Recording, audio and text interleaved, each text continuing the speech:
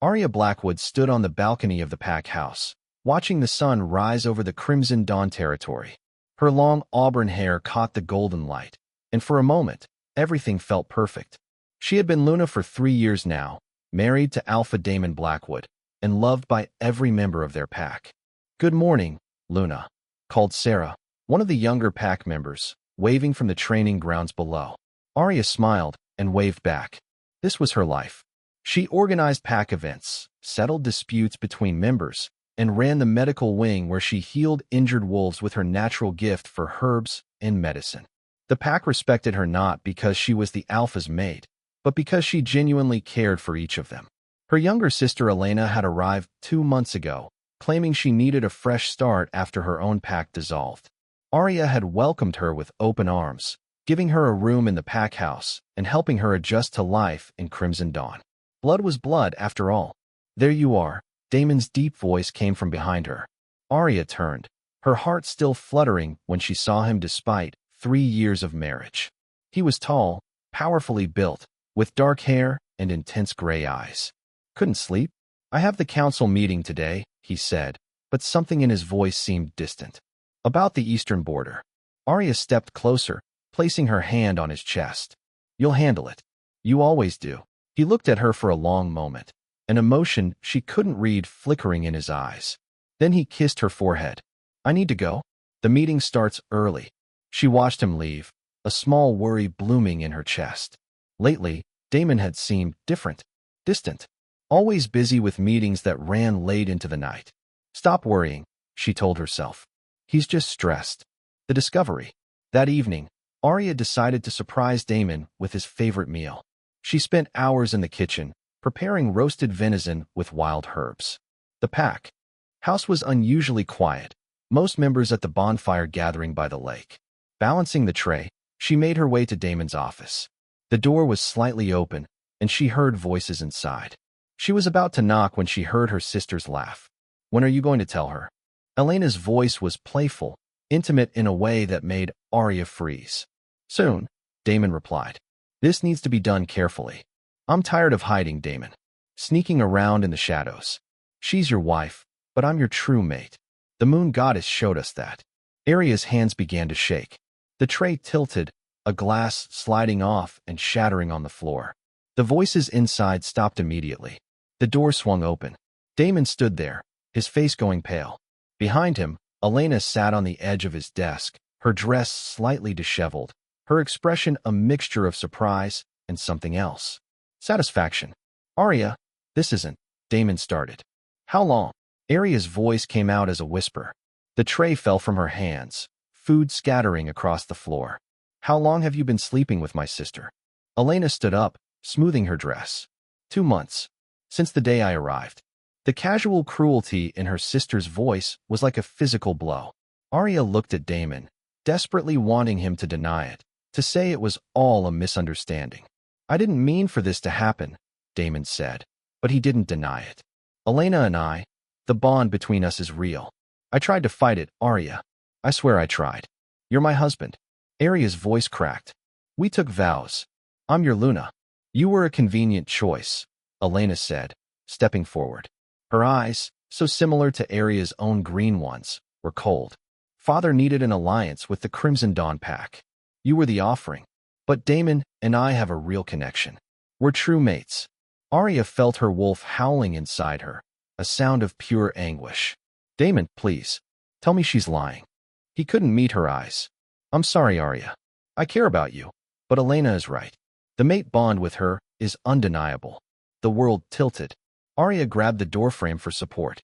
Her chest felt like it was being crushed, the mate bond she shared with Damon turning into burning pain. "I want you gone by morning," Damon said, his voice taking on the alpha command. "This can be done quietly. I'll allow you to return to your father's pack." "You're rejecting me?" Arya could barely breathe. "It's better this way," Elena added, her voice dripping with false sympathy. "You'll find someone else. Someone more suitable for you." Arya ran. She ran through the pack house, her vision blurred with tears, her wolf crying out in pain. She could hear pack members calling after her, concerned, but she couldn't stop. She burst out into the night, running toward the forest. Behind her, She heard Elena's voice, calm and cold. Let her go. She'll be back when she's had time to think. The accusation. Arya spent the night in the forest, curled up at the base of an old oak tree, crying until she had no tears left. Her wolf was whimpering, devastated by the betrayal. The mate bond with Daemon felt like acid in her veins. As dawn broke, she made her decision. She would return to the pack house, gather her things, and leave with whatever dignity she had left. Her father's pack would take her back, even though the shame would be enormous. But when she approached the pack house, something was wrong. Smoke rose from the medical wing. Pack members were running, shouting. Warriors in formation surrounded the building. Luna. Sarah ran toward her, her face streaked with tears. Oh goddess, Luna, what have you done? What's happening? The medical wing, there was a fire. 3 pack members were inside. They're dead. Arya's blood ran cold. No, I would never. And they found this. Daemon emerged from the crowd, holding a small leather pouch. His face was a mask of rage. Hidden in your herb stores. Nightshade. Wolfsbane. Dark magic ingredients. I don't use dark magic. Those aren't mine. There's more. Elena appeared, her face a perfect picture of grief. I found this in her room. She held up a journal. Her plans to poison pack members. To weaken Daemon so she could take over as alpha. That's insane. Arya shouted. I would never hurt anyone in this pack. Elena, tell them the truth. But as she looked around, she saw doubt and fear in the eyes of pack members who had once trusted her. The fire, the poison, the journal, it all painted a damning picture. Arya Blackwood, Daemon's voice rang out, filled with alpha command. You are accused of murder, practicing dark magic, and treason against the Crimson Dawn Pack. Daemon, please. Arya begged, reaching for him. Think about this. I've been your Luna for 3 years. You know me. I would never. I thought I knew you, he said coldly. But the evidence is clear. You were angry about Elena. You wanted revenge. This is a setup. Arya screamed. Elena did this. She wants to be Luna. Can't you see? Elena pressed close to Daemon's side, her hand on his arm. The grief has driven her mad, she said softly. Perhaps we should show mercy. No, Daemon said, his gray eyes hard as stone. Murder demands justice. The rejection ceremony. They held the trial at noon in the Pack Square. Every member of Crimson Dawn was required to attend. Arya stood in the center, her hands bound with silver chains that burned her wrists. The 3 dead pack members had been loved and respected. Their families wept openly, glaring at her with hatred. You're not even going to investigate? Arya asked Daemon, who stood on the raised platform. You're just going to believe her? The evidence speaks for itself, Daemon replied. Beta Marcus stood beside him, looking uncomfortable but saying nothing. Elena stood at Daemon's right hand, where Arya should have been. She wore a dress of deep blue, looking every bit the proper Luna. Her expression was sorrowful, but Arya could see the triumph in her eyes. Arya Blackwood, Daemon began, his voice carrying across the square. You have been found guilty of murder, dark magic, and betrayal of your pack. As Alpha, I hereby reject you as my mate and as Luna of the Crimson Dawn Pack. The formal rejection hit like lightning. Arya screamed, falling to her knees as the mate bond shattered. It felt like her chest was being ripped open, her wolf howling in agony. The pain was indescribable, worse than any physical wound. I, Arya Blackwood, accept your rejection, she gasped out, because refusing would only prolong the torture. The bond snapped completely. Where there had once been a golden thread connecting her to Daemon, now there was nothing but a black, bleeding wound in her soul. As punishment for your crimes, Daemon continued, his face expressionless, you will be cast out and forbidden from ever setting foot in pack territory again. Your wolf will be marked, ensuring that no other pack will take you in. Daemon, please. Arya wept, blood trickling from her nose from the force of the rejection. I loved you. I gave you everything. For just a moment, she thought she saw regret flicker in his eyes. But Elena leaned in, whispering something in his ear, and his face hardened again. Take her to Silver Peak, he commanded. Silver Peak was a cliff on the far edge of their territory, a sheer drop of over 300 feet onto jagged rocks. Wolves who were exiled were usually escorted to the border, not to a cliff. What? Arya looked up in horror. Damon, you can't. You murdered pack members, he said coldly. Exile is too kind. No. Arya struggled as warriors grabbed her arms. I didn't do it. Elena framed me. Damon, please, you have to listen. But no one listened. The pack members she had healed, the family she had counseled, the children she had taught, they all turned their backs as she was dragged away. Some even jeered, throwing stones that struck her shoulders and back.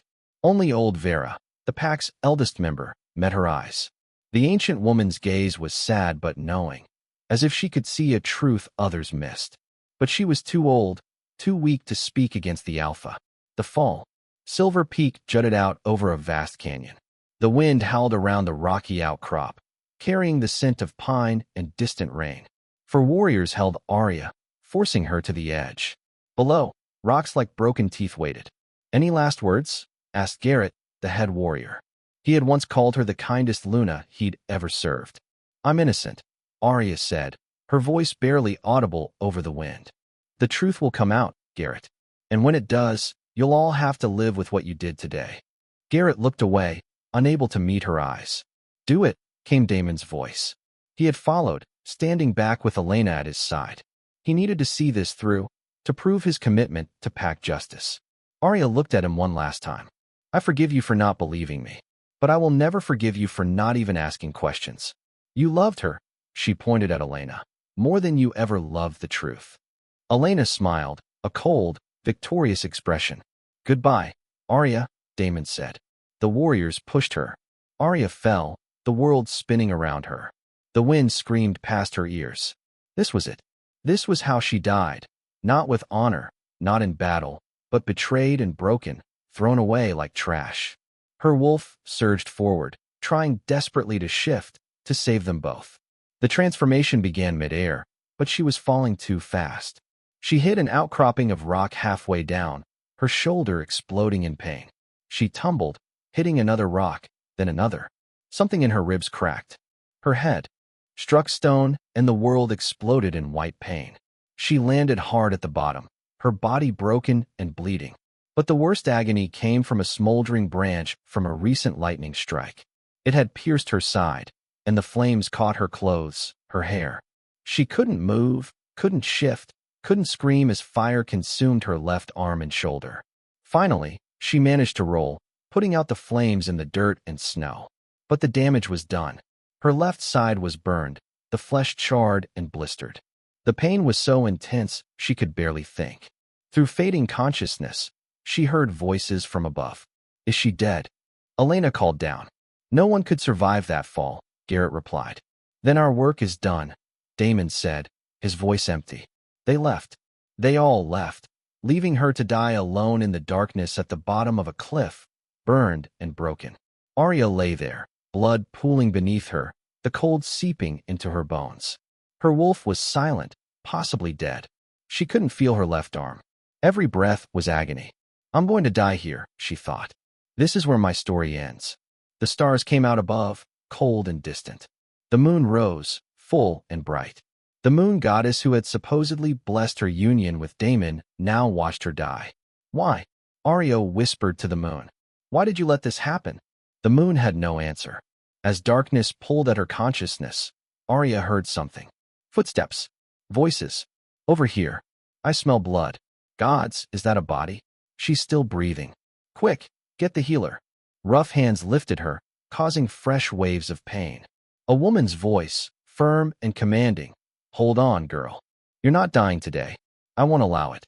Arya tried to open her eyes, to see who had found her, but the darkness was too strong. She slipped under, not knowing if she would wake up again, or if death would have been kinder. Arya's eyes opened to darkness. Not the darkness of death, but the warm, smoky darkness of a cave lit by a low fire. Her entire body screamed with pain, but the worst was her left side. The burns throbbed with every heartbeat. Don't move, commanded a woman's voice. You'll tear the stitches. Arya turned her head slowly. A woman sat beside her makeshift bed, grinding herbs in a stone bowl. She was older, maybe 50, with silver-streaked black hair and sharp amber eyes. Scars crisscrossed her arms, the marks of a warrior. Where am I? Arya's voice came out as a rasp. Shadow Hollow. a sanctuary for wolves who don't fit anywhere else.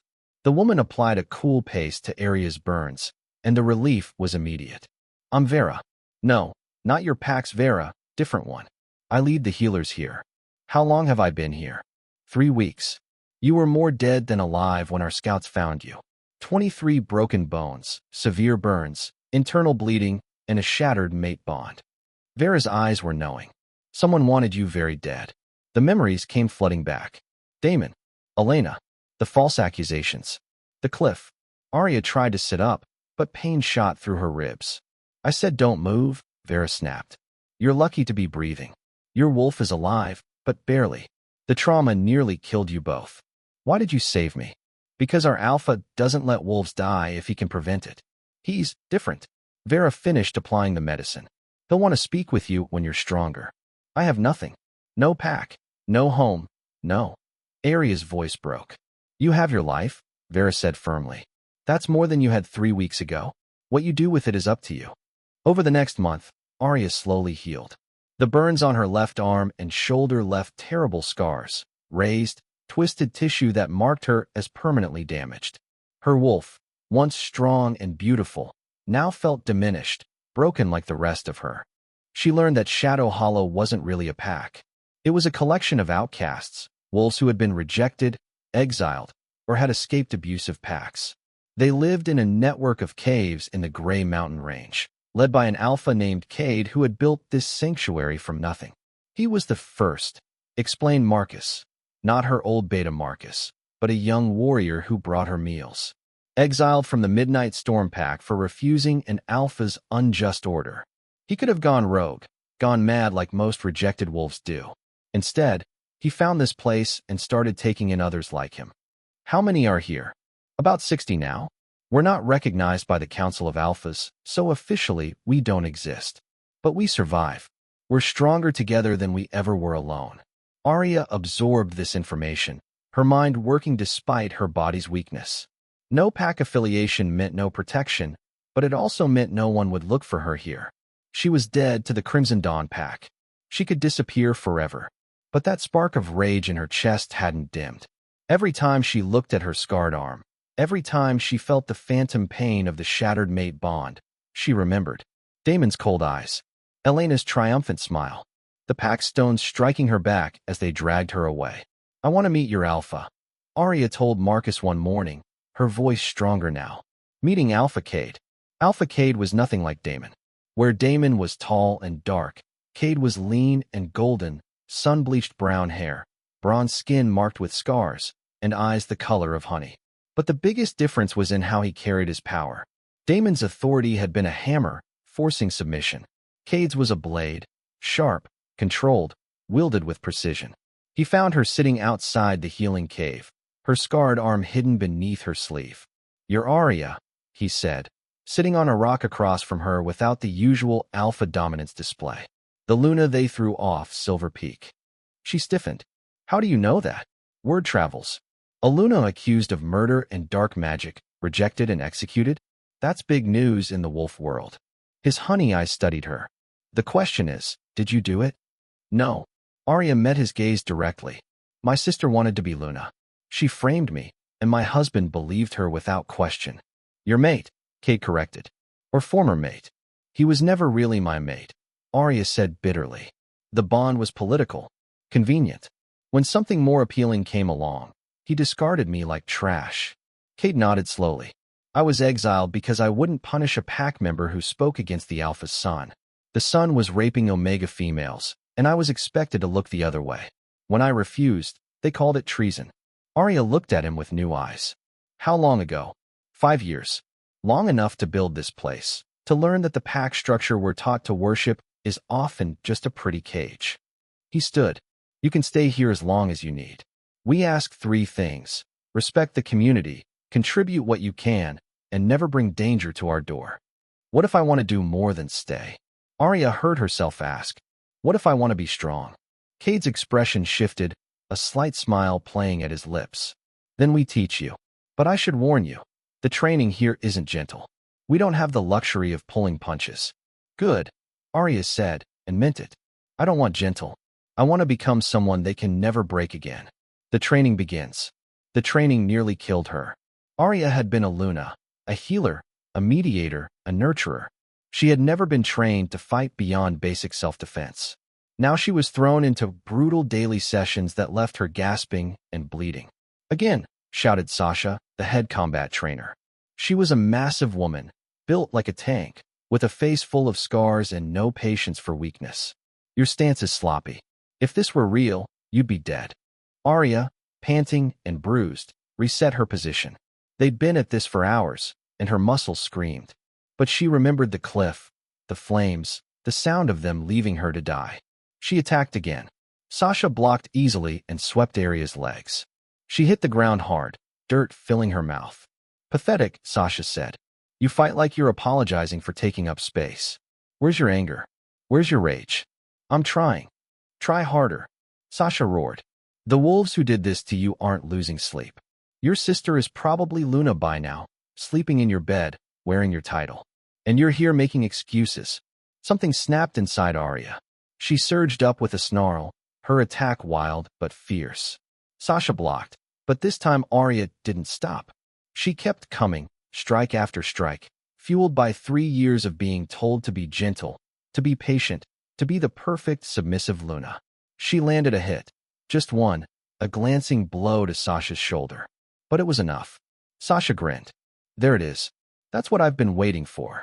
The training intensified. Every morning, before dawn, Arya ran the mountain trails until her lungs burned. Then combat training with Sasha. Afternoon was strategy with Cade, learning to think like a warrior instead of a caretaker. Evenings were spent learning tracking, survival skills, and how to fight in wolf form despite her injured wolf. "Your wolf is damaged," Cade explained during one session, "but that doesn't mean she's useless. You'll never be as fast or strong as you once were, but you can be smarter, more strategic." He taught her to use her smaller size as an advantage, to strike from unexpected angles, to use the environment as a weapon. He taught her that power wasn't just about brute strength. It was about knowing your enemy's weaknesses and exploiting them without mercy. 3 months passed. Arya's body transformed. The soft curves of a pampered Luna hardened into lean muscle. Her movements became precise, economical. Her eyes lost their gentle warmth and gained something colder, sharper. She learned to embrace her scars. The twisted burned tissue on her left arm became a reminder, a brand of what had been done to her. She stopped hiding it, wearing it like armor instead. "You've changed," Vera observed one evening as she checked Arya's old injuries. "Not just physically, the way you carry yourself." "I'm not the same person who fell off that cliff," Arya replied. "That person was weak, trusting. She believed that love and loyalty mattered. And now I know that power is the only thing that matters. Power and the will to use it." Vera looked troubled but said nothing. The evidence surfaces. 6 months after her arrival, everything changed. A young wolf named Riley stumbled into Shadow Hollow, half-starved and terrified. She was from the Crimson Dawn pack, an Omega who had worked in the pack house. "I had to run," Riley gasped as Vera tended to her. "They were going to kill me." Arya, training nearby, went still. "Why?" Riley looked up, her eyes widening. "Luna? But they said you were dead." "I'm not Luna anymore." "Why did you run?" "I heard things. Things I wasn't supposed to hear." Riley glanced around nervously. "About you. About what really happened." Cade appeared, his expression sharp. "Explain." Riley took a shaky breath. "Elena, the new Luna, she was arguing with someone in the Alpha's office. I was cleaning the hallway. She didn't know I was there. She was saying how easy it was to plant the evidence, how stupid everyone was for believing the journal was real." Arya's blood ran cold. She confessed. She was bragging, talking about how she'd used old pages from your actual journal, copied your handwriting for the incriminating entries, and planted the dark magic supplies in your herb store. She even said she started the fire herself using accelerant she'd stolen from the mechanic's shed. Who was she talking to? Cade demanded. Eyes lost their gentle warmth and gained something colder, sharper. She learned to embrace her scars. The twisted burned tissue on her left arm became a reminder, a brand of what had been done to her. She stopped hiding it, wearing it like armor instead. "You've changed," Vera observed one evening as she checked Arya's old injuries. "Not just physically, the way you carry yourself." I'm not the same person who fell off that cliff, Arya replied. That person was weak. Trusting. She believed that love and loyalty mattered. And now I know that power is the only thing that matters. Power and the will to use it. Vera looked troubled but said nothing. The evidence surfaces. 6 months after her arrival, everything changed. A young wolf named Riley stumbled into Shadow Hollow, half-starved and terrified. She was from the Crimson Dawn pack, an Omega who had worked in the pack house. I had to run, Riley gasped as Vera tended to her. They were going to kill me. Arya, training nearby, went still. Why? Riley looked up, her eyes widening. Luna? But they said you were dead. I'm not Luna anymore. Why did you run? I heard things. Things I wasn't supposed to hear. Riley glanced around nervously. About you. About what really happened. Cade appeared, his expression sharp. Explain. Riley took a shaky breath. Elena, the new Luna, she was arguing with someone in the Alpha's office. I was cleaning the hallway. She didn't know I was there. She was saying how easy it was to plant the evidence, how stupid everyone was for believing the journal was real. Arya's blood ran cold. She confessed. She was bragging, talking about how she'd used old pages from your actual journal, copied your handwriting for the incriminating entries, and planted the dark magic supplies in your herb store. She even said she started the fire herself using accelerant she'd stolen from the mechanic's shed. Who was she talking to? Cade demanded. Beta Marcus. He said he knew all along, that he helped cover up some of the evidence that didn't fit. In exchange, Elena promised him the position of First Beta when she fully secured her place as Luna. Arya felt her wolf surge with fury for the first time since the fall. The betrayal was even deeper than she'd known. Marcus, who she'd trusted, had helped destroy her. There's more, Riley continued. Elena's not done. She's paranoid that the truth will come out. She's been systematically removing anyone who might have doubts. 3 pack members have accidentally died in the last 2 months. I was going to be next because I've been asking too many questions. Cade and Arya exchanged a long look. This changes things, he said quietly. Yes, Arya agreed. It does. That night, the leadership of Shadow Hollow gathered. Cade, Sasha, Vera, and a few others sat around a fire in the main cave. Arya stood before them, no longer the broken refugee but a warrior ready to fight. I want to challenge the Crimson Dawn pack, she announced.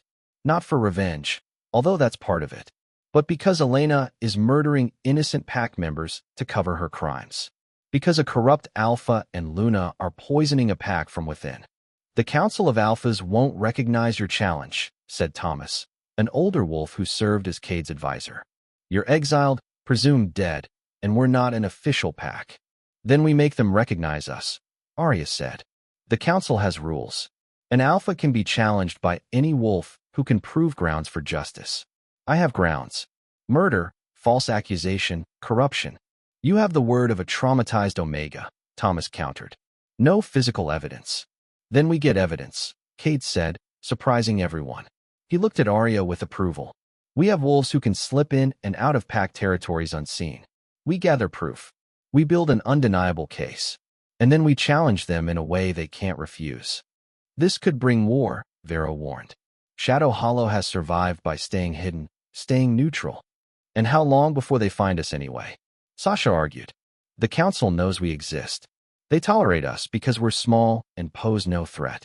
But if we're going to step into the light, we should do it on our terms, not theirs.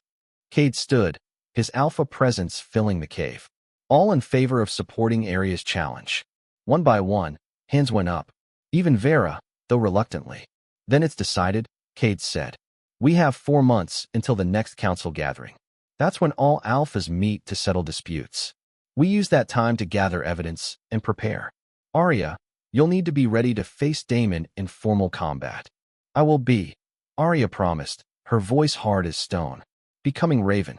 The next 4 months were brutal. Arya trained harder than ever, pushing her body past every limit. Cade worked with her personally, teaching her not just to fight, but to dominate, to use every ounce of her rage as fuel. Your name is your old life, he told her one night. If you're going to challenge as a new entity, you need a new identity. What do you suggest? What bird survives where others die? What creature is smart, adaptable, and never forgets those who wronged it? A raven, Arya said slowly. Exactly. You're not Arya Blackwood anymore. You're Raven, alpha female of Shadow Hollow. The name felt right. Ravens were survivors, tricksters, harbingers of change. They were beautiful in their darkness, powerful in their intelligence. Then Raven I am, she declared. Word of the mysterious Raven began to spread. Cade sent teams on strategic raids against packs that preyed on the weak, not to kill, but to humiliate and disrupt. They freed captive Omegas, stole supplies from corrupt Alphas, and left a black feather as a calling card. The Council of Alphas started taking notice. This upstart group was becoming too organized, too effective to ignore. Meanwhile, scouts infiltrated Crimson Dawn territory. They confirmed Elena's brutality. 2 more pack members had died under suspicious circumstances. They gathered testimony from wolves too afraid to speak publicly, but willing to share the truth in secret. Most importantly, they found physical evidence. Receipts from the mechanics shed showing Elena had checked out accelerant the day before the fire, records of strange purchases that matched the dark magic supplies, and a witness who had seen Elena sneaking into the medical wing the night before the fire. We have enough, Cade said, reviewing the evidence. This will force the council to hear your challenge. Arya, Raven now, looked at the documents. Justice was within reach. But as she stared at her scarred reflection in a polished shield, she realized something had changed. This wasn't just about clearing her name anymore. I want more than justice, she told Cade. I want to take everything she has. Everything she stole from me. The Luna position, the pack's loyalty, their respect. I want Elena to feel what I felt, the absolute betrayal of having everything ripped away. Raven's green eyes were cold. And I want Damon to live with the knowledge that he destroyed the one person who actually loved him. Cade studied her for a long moment. Revenge is a dangerous game. Good thing I've learned to be dangerous. He smiled, a predator's expression. Then let's show them what happens when they throw away a Luna, and she comes back as something so much worse.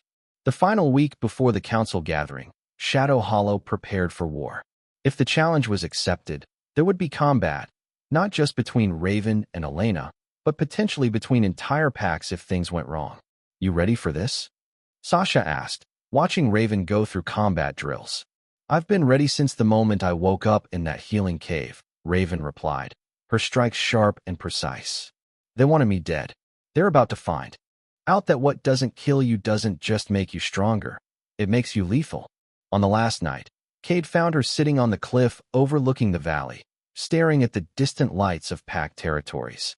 Second thoughts? He asked, sitting beside her. None. You. Just one. He looked at her, his honey eyes serious. When this is over, if we survive, what then? Do you go back to being Arya? Do you take your old life back? Raven was quiet for a long moment, feeling the cool night air on her scarred skin. Arya Blackwood died on that cliff. She was too soft, too trusting, too willing to be what others needed instead of what she needed to be. I'm Raven now. And Raven doesn't forgive. She doesn't forget. And she never, ever lets anyone have power over her again. Good, Cade said softly. Because I've gotten used to Raven. She's pretty impressive. For the first time in months, Raven smiled. A real smile, not the cold mask she usually wore. You're not so bad yourself, Alpha Cade. Technically, you're Alpha Raven now, co-leader of Shadow Hollow. Is that official? As official as anything in a pack that doesn't officially exist. He stood, offering his hand. Come on. Big day tomorrow. We ride for the council grounds at dawn. Raven took his hand, letting him pull her to her feet.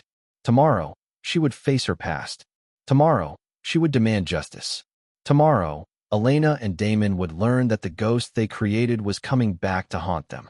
And she was bringing hell with her. The council gathering awaits. Will Raven get her justice? Find out in Part 3, The Reckoning. Don't forget to like and subscribe to Twisted Heartstrings for more amazing stories. Hashtag Part 1. The Betrayal, 2,000 words. The Perfect Luna. Arya Blackwood stood on the balcony of the pack house, watching the sun rise over the Crimson Dawn territory. Her long auburn hair caught the golden light, and for a moment, everything felt perfect. She had been Luna for 3 years now, married to Alpha Damon Blackwood, and loved by every member of their pack. Good morning, Luna, called Sarah, one of the younger pack members, waving from the training grounds below. Arya smiled and waved back. This was her life. She organized pack events, settled disputes between members, and ran the medical wing where she healed injured wolves with her natural gift for herbs and medicine. The pack respected her not because she was the alpha's mate, but because she genuinely cared for each of them. Her younger sister Elena had arrived 2 months ago, claiming she needed a fresh start after her own pack dissolved. Arya had welcomed her with open arms, giving her a room in the pack house and helping her adjust to life in Crimson Dawn. Blood was blood, after all. There you are. Daemon's deep voice came from behind her. Arya turned, her heart still fluttering when she saw him despite 3 years of marriage. He was tall, powerfully built, with dark hair and intense gray eyes. Couldn't sleep? I have the council meeting today, he said, but something in his voice seemed distant. About the eastern border. Arya stepped closer, placing her hand on his chest. You'll handle it. You always do. He looked at her for a long moment, an emotion she couldn't read flickering in his eyes. Then he kissed her forehead. I need to go. The meeting starts early. She watched him leave, a small worry blooming in her chest. Lately, Daemon had seemed different, distant, always busy with meetings that ran late into the